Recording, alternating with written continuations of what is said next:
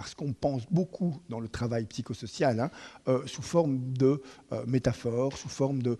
sans chercher à valider effectivement ce qui nous permet d'échanger, c'est-à-dire les mots qu'on utilise. Alors évidemment que les images, tout ça on va les retrouver dans le champ romanesque. Et de nouveau, aucun mépris par rapport à l'image, aucun mépris par rapport à cette pensée qui fait avancer les choses. Dostoïevski a apporté beaucoup plus à la psychologie, selon moi, que Freud.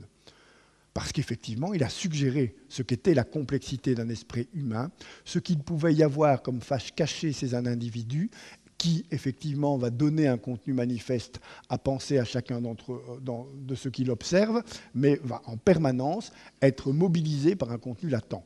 Alors, Freud a conceptualisé. Honnêtement, si vous avez lu L'idiot de Dostoïevski, vous vous souviendrez plus longtemps que si vous avez lu un livre de Freud.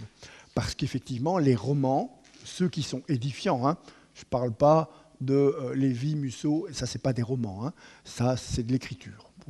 Ce sont des écrivains, mais ils sont surtout vains. Parce que l'écrivain, c'est quelqu'un qui doit être édifiant. Ce n'est pas quelqu'un qui vous aide à passer un bon moment, c'est quelqu'un qui vous aide effectivement à stimuler en vous des images relativement complexes qui vont faire avancer vos idées. Quand vous terminez, ce n'est pas du tout du mépris, ce sont des romans de gare, hein, ils s'assument comme ça. Hein. Quand Lévi dit on peut faire de la musique même si on ne s'appelle pas Mozart, donc j'ai le droit d'écrire, on vous dira aussi que si vous jouez comme Klederman, fermez la fenêtre. Parce qu'effectivement, ça ne va pas faire apporter grand-chose aux gens, à un moment donné, de mélanger cette littérature-là à l'autre. La littérature édifiante, c'est celle qui fait avancer des idées. C'est le champ romanesque, ce sont les métaphores.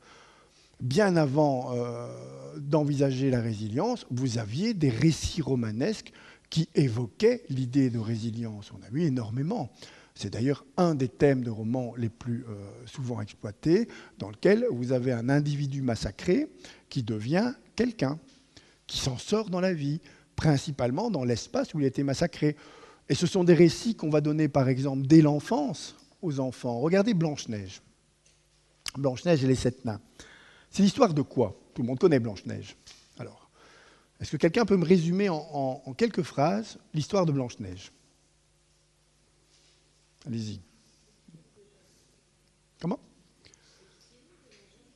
Victime de la jalousie, enfant maltraité, saccagé, très clairement, sur le plan affectif, et qui va, si on prend le récit factuel, effectivement, il est calamiteux pour les enfants. Hein. C'est pour ça que Walt Disney n'a pas été prévu pour être regardé par les enfants livrés seuls à la télévision.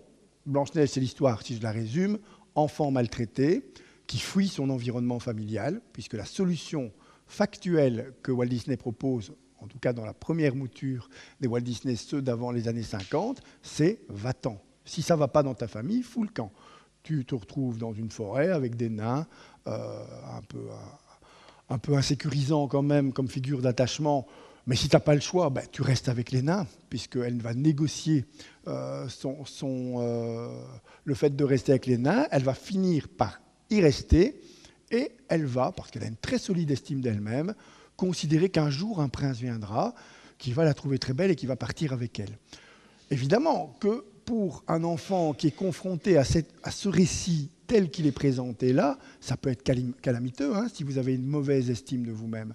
Vous vous dites, ça y est, moi je vais me retrouver avec les nains et je reste chez eux. Parce qu'il n'y a pas de prince qui va passer, s'il y en a un qui passe, il ne s'arrêtera pas. Si vous proposez le récit factuel, c'est « sois belle et casse-toi ». Tu spécules sur ta beauté et tu t'en vas.